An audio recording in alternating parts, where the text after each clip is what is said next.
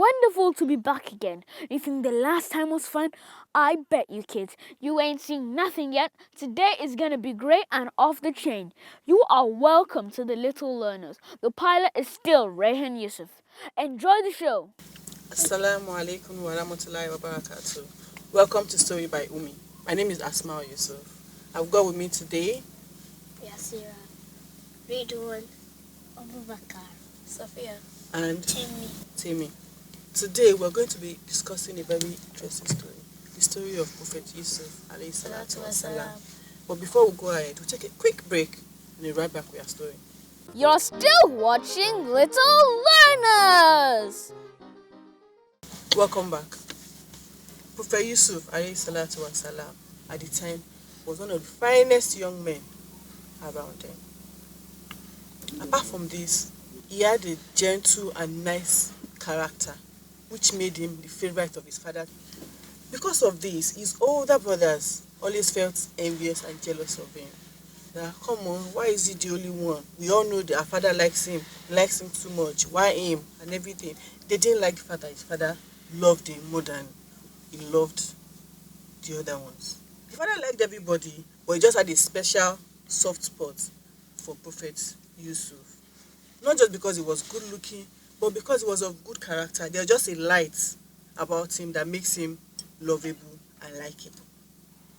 So one day, the brothers felt, we need to do something about this boy. He's becoming too much. We can't keep having him in our face. Maybe if we get rid of him, just maybe, our father will learn to love us more, and then they won't start feeling bad about this. Somebody brought it up, and all of them agreed that yes, it's a good idea. Let's find a way to get rid of him so we can have our father's attention, all of us. So they plotted, and one day they decided they were going on an errand, and they took Prophet Yusuf alayhi salatu wasalam. They took him with them. So when they got there, they got to a place. There was a deep well, and they threw Prophet Yusuf alayhi salatu wasalam. They threw him into the well, and they went away like nothing happened. When this happened, they got home. Before they got home, they wrapped his clothes. They took his clothes and wrapped him with blood from animal. So they took the clothes and showed the father. They went crying home. Their father, our brother, was attacked by the wolf, and it killed him. We've lost him. He's dead. They were fake crying, like something bad that actually happened to Prophet Yusuf. His father, there's something about parenting. Somehow you can tell. So the father did not believe them entirely what had happened. He knew something was wrong, but he just kept faith in Allah that okay, I'll be patient and just trust in Allah. And also before that happened, Prophet Yusuf alayhi salatu wasalam had told his father about a dream he had, in which there were 11 stars, the sun and the moon, and all of them now bow down.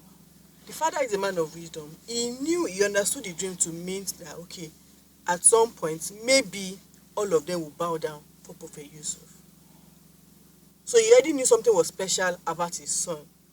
So when his brother came and said, sorry, he's dead, something attacked him, his father knew that they must have tried to get rid of their brother, and he kept quiet. He just had faith in Allah, and he moved on. Prophet Yusuf in his well, while there one day, some merchant travelers came. So they came to the well and wanted to get water to drink. By the time they drew it, they found out there was a small boy in there, Prophet Yusuf alayhi salatu wasalam. And then they took him out of the well. But they didn't take him to take care of him. They took him with them and sold him into slavery. A very powerful man in Egypt now bought Prophet Yusuf to work with him as a slave. While there, the powerful man's wife, Zuleika, saw Prophet Yusuf. And like I said before, he was a good-looking man. So she liked him. Like the way you like your husband. She liked him and wanted to be very close to him. But Prophet Yusuf knew that this is a married woman. I'm not supposed to be too close to the woman. So he avoided her. He refused every form of friendship from her. When this happened, the woman felt bad. How can this mere slave treat me like this? Refused my offer. So she was upset and she framed Prophet Yusuf. She accused him of trying to assault her, trying to attack her. This angered the powerful man, that's the woman's Zuleika's husband, and he decided that they should throw Prophet Yusuf والسلام, into prison. Well, Allah Alam, he was there. While he was there, Prophet Yusuf, because he was always known to dream a lot, while he was there, he used to dream about people people used to share their dreams with him in prison. His prison mates, they tell him about their dream and he will interpret it for them. At a point, one of the prisoners had a dream, and Prophet Yusuf interpreted the dream to him that it means that in so period you will be released from prison. And what he predicted happened eventually. So you would like see Prophet Yusuf used to see vision. He could predict things. So that happened for a long time. And then one time, the most powerful man in Egypt had a very scary dream. He dreamt about fat cows, that there were 7 fat cows, and then there were 7 lean crops.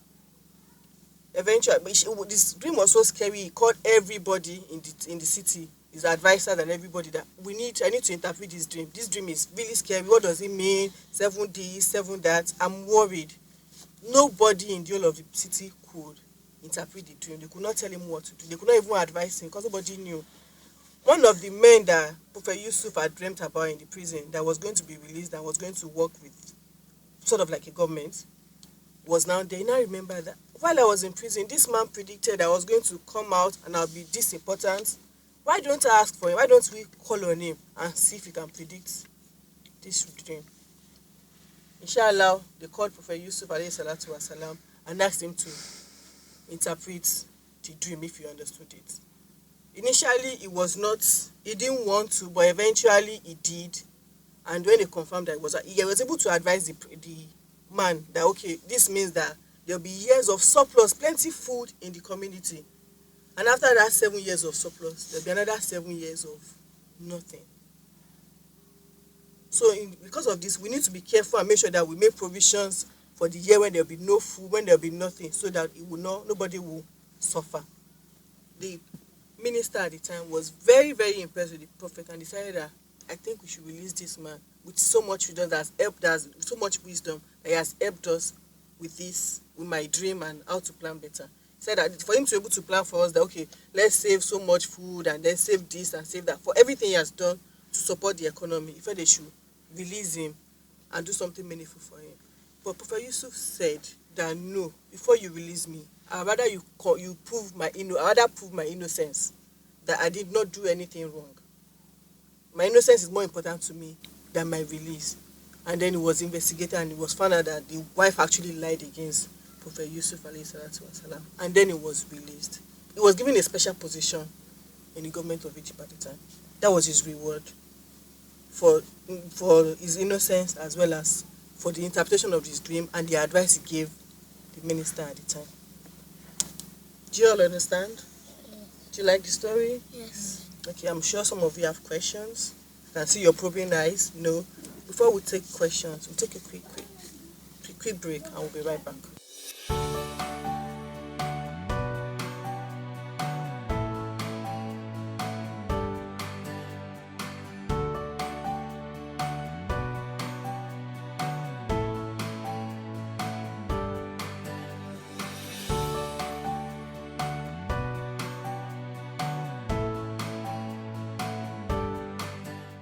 You're still watching Little Learners!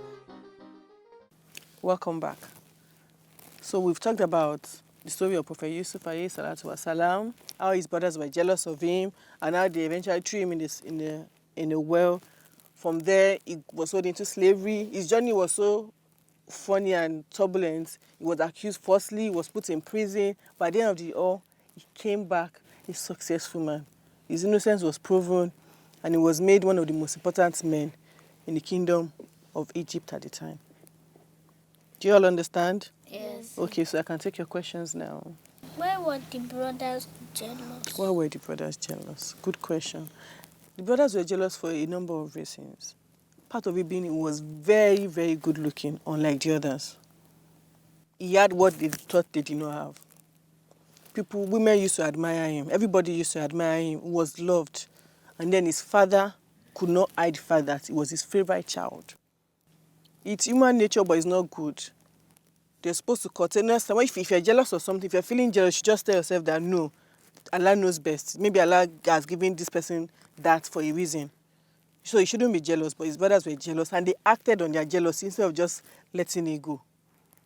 Do you understand?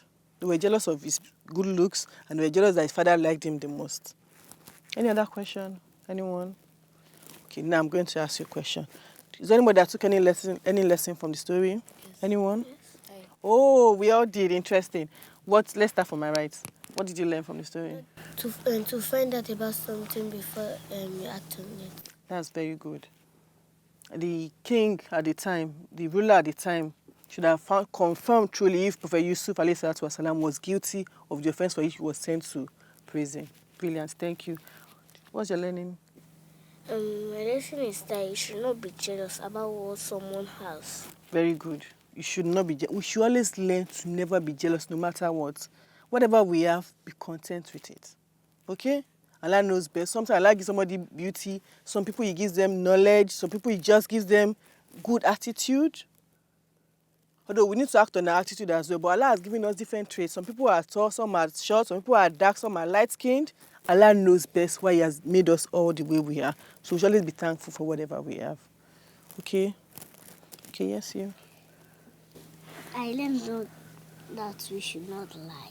Very good. No matter what, we should not lie. We should learn to be people of integrity. Let everybody always trust you. No matter the condition, always say the truth. And inshallah, you'll be protected and saved by Allah. Yes. Okay, tell me. I learned that you shouldn't be doing bad things to others. Very good. We should always be careful of what we do. When we are angry, we should be careful we don't act on that anger. When you are upset, you should be careful not to act on it. And in fact, it's recommended that when you feel angry, say A'udhu billahi minash shaitani rajim. Because at the time, the Satan is willing to push you to do things you should not do. We should never do bad things because Allah sees everything we do and Allah will reward us all according to what we do. Yes. We should have faith in God and we shouldn't like one person than another. Very good. We should always have faith in God. Faith in Allah is the first tenet of being a Muslim. If you're a Muslim, that's one of the most important things you should have. Faith in Allah, your iman. Always hold on to your iman. Believe in Allah no matter what. And then it's recommended as children, as parents, as everyone. We can love people, but we should be careful we need to learn to be balanced in what we do. You might like somebody, doesn't mean you should show you that, okay, I like you more than the other. Let's learn to be fair and treat everybody equally. So there'll be no reason for anybody to feel jealous at some point or the other. Viewers, I hope you took some lessons, same lessons or even more. Wish you a lovely time till we meet again, inshallah. For me and my team, it's Masalam. You're still watching Little Learners.